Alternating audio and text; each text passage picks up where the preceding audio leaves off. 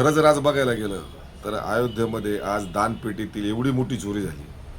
त्या चोरीबद्दल जे हिंदुत्ववादीचा जे कायम सांगतात आम्ही हिंदुत्ववादी, ज्यांनी ठेका घेतला आहे आणि विरोधकावर प्रचंड प्रमाणावर तुटून पडतात. जसे काय विरोधक सगळे पाकिस्तानचे, अफगाणिस्तानमधून आले, मुस्लिम ख्रिस्ती कंट्रीमधून आलेत, अशा प्रकारे त्यांच्यावर सगळे अटॅक करतात. मग आजही हिंदुत्वाचा ठेका घेणारे नेते कुठे आहेत? नितेश राणे साहेब शिर्डीला 2-3 दिवसापूर्वी येऊन गेले. त्यांनी शिवसेना पक्षप्रमुख उद्धव साहेबांवर एकदम जहरी टीका केली. काय संबंध आहे तुमची जहरी टीका करण्याचा? तुम्ही फक्त एखाद्या मुस्लिम मुलाकडून एखाद्या हिंदू मुलीला पळवून नेण्यात आला तर तुम्ही इतके तुटून पडतात. ठीक आहे, ज्यानं चुकी केली त्याला फासावर चढवलंच पाहिजे, पण एका माणसामुळे अख्ख्या समाजाला दोषी धरणं कसं कसं तुम्हाला या गोष्टींमध्ये तुम्ही सक्रिय होतात, दोषी धरतात सगळ्या समाजाला.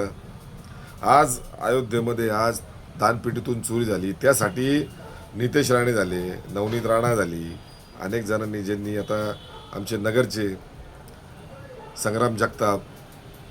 आता तुम्ही अचानक तुमचा ट्रॅक तुम्ही सगळ्यांनी बदलला. तुम्ही याच्यापूर्वी तुमची पार्श्वभूमी सगळी काँग्रेसची होती, काँग्रेसमधनं तुम्ही भाजपात आलात. आता तुमची सगळी टेंडन्सी बदलली, तुमची सगळी नीती बदलली. आज तुम्ही अचानक हिंदुत्वाचा ठेका घेतलात. पण आज राम मंदिरात एवढी मोठी चोरी झाली, त्यासाठी तुम्ही का रस्त्यावर येत नाहीये? का आता तुमचा पक्षाचा अजेंडा आहे का असा? का हिंदुत्वाच्या नावावर, राम मंदिराच्या नावावर सत्ता मिळवायची, त्याच्या दानपेटीतल्या चोऱ्या करायच्यात? आणि चोरी झाल्यानंतर, एवढी मोठी हिंदू धर्माची बदनामी झाल्यानंतर तुम्ही ब्र शब्द सुद्धा काढायचं नाही का? फक्त जिहादसाठीच तुम्हाला तयार केलं पोपटासारखं बोलायला किंवा कुत्र्यासारखं भुकायला? आज सोनम वांगचुक, तो दिपके, हे गेल्या 15-16 दिवसापासून, वांगचुक साहेब इतका मोठा माणूस, देशाचा केंद्रीय मंत्री राहिलेला माणूस, आज तो माणूस आज 16वा दिवस आहे हो, तो विना अन्न पाण्याचा त्या ठिकाणी बसलाय. आज त्याची परिस्थिती इतकी खालावली आहे, तरी सत्तेतला एकही मंत्री, एकही सत्तेतला पदाधिकारी, एकही सत्तेतला खासदार, आमदार त्या ठिकाणी जाऊ नये.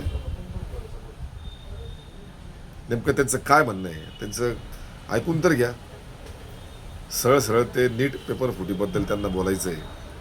देशाचं भविष्य तरुण, हा तरुण खाईत जातोय.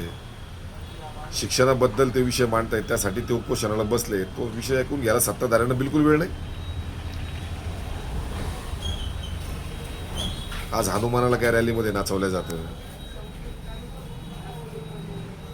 राम मंदिरात चोरी कशी होते, पेपर फुटी कशी होते? याकडे सत्ताधाऱ्यांचं का दुर्लक्ष आहे? रामरक्षा आज पक्षप्रमुख उद्धव साहेबांनी पूर्ण महाराष्ट्रभर दौरे चालू केलेत. मुंबईला झालेत, मुंबईनंतर आता नागपूरमध्ये दौरा आहेत. अनेक जणांनी टीका चालू केल्यात. भले त्या टीकाकडे आम्ही कोणी लक्ष देणार नाही. उद्धवजी त्यांचा दौरा निश्चितच चालू करतील आणि ते आज मोठ्या शहरांमध्ये जातच आहेत, पण प्रत्येक महाराष्ट्रातल्या ग्रामीण भागात सुद्धा रामरक्षाचा कार्यक्रम होणार म्हणजे होणार. रामाच्या दानपेटीतली झालेली चोरी ही सर्वसामान्य तळागाळातल्या माणसापर्यंत पोहोचवण्याचं काम पक्षप्रमुख उद्धव साहेब ठाकरे यांचा एक शिवसैनिक ते काम करणार आहेत.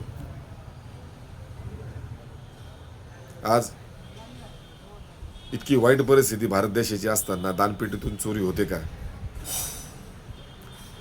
रामरक्षाबद्दल ज्यांनी हिंदुत्वाचा ठेका घेतला, असे जे छाती फुगून छाती बडवत जे फिरतं, आज ते रामरक्षाची चेष्टा करता काय? सोनम वांगचुक गेल्या 16 दिवसापासून तो माणूस विना अन्न पाण्याचा बसलाय. ते उपोषण सोडवण्यासाठी कोणी सत्ताधाऱ्यामधला एक सुद्धा माणूस येऊ नये. ही लोकशाही नाही, हुकुमशाहीकडे वाटचाल आहे. या भारतीय जनता पार्टीचा निषेध व्यक्त करावा तितका थोडाच आहे. किती दिवस या गोष्टी सहन करायच्या, ही दादागिरी यांची सहन करायची?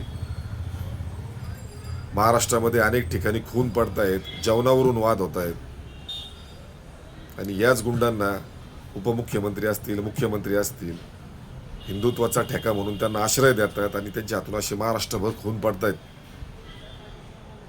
सर्वसामान्य माणसाने आता व्यवसाय करायचा नाही, करायचंच नाही, अशी आता धास्ती घेतलेली सर्वसामान्य माणसाने.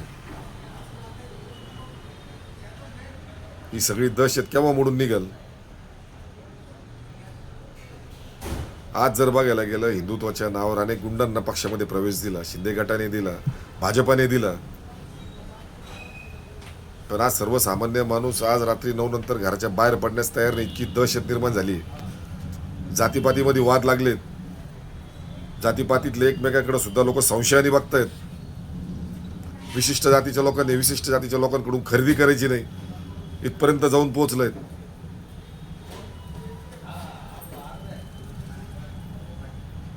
जे सत्ताधारी आहेत, जे देशाचा गावगाडा चालवतात, महाराष्ट्राचा गावगाडा चालवतात, त्यांनी कृपया लक्ष घालावं. अन्यथा येत्या 2029 पर्यंत ज्या निवडणुका येतील, निश्चितच आता मतदार शून्य झालाय, कारण त्याला कळायला लागलंय. ज्या लाखो तरुणांनी रात्रंदिवस डोळे फोडले, ज्या त्यांच्या आईबापांनी पोटाला पीळ देऊन त्यांचं शिक्षण पूर्ण केलं, जेव्हा नीट पेपर आले, ते नीट पेपर फुटी होती, त्यांचं सगळं अभ्यास केलेलं सगळं वाया गेलात ना. आईबापाचे सगळे पैसे वाया गेलेत ना. आज राम मंदिर सारखी ती सगळ्या देशाची आस्था म्हणून प्रभू रामचंद्रांचं ते आज मंदिर, त्या ठिकाणी सुद्धा चोरी होती. ते चोरी करणे सगळे भाजपाचेच लोक आहेत. ती लाज वाटत नाही? अमेरिकेवरून एक तरुण भारतामध्ये येतो, तो एवढं मोठं उपोषण चालू करतो, कॉक्रोच पार्टी नावाने त्याचं एक पेज तयार होतं. तिथपर्यंत सुद्धा लोकांना सत्ताधारी पोहोचून देत नाही. उपोषणाला सुद्धा अडचणी आणतात. हे आता हिंदुत्वाचा ठेका घेणार आहेत ना. आता बिळात जाऊन बसलेत.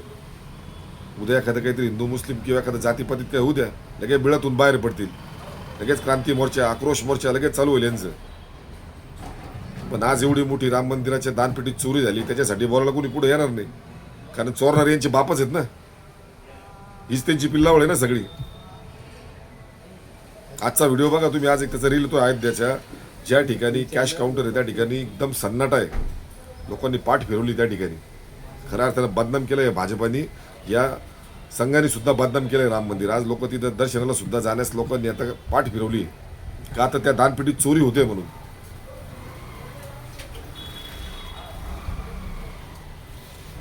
नागरिकांनी 100% या देशातल्या मतदारांनी आता आहे ना ठेच लागली खूप मोठी. आता येत्या निवडणुकीमध्ये भारतीय जनता पार्टीला, संघाच्या विचारांच्या लोकांना आता बाजूला करणं फार गरजेचं आहे. त्यांना हद्दपार करणं गरजेचं आहे. जय हिंद, जय महाराष्ट्र, जय संविधान, जय शिवराय, जय श्रीराम.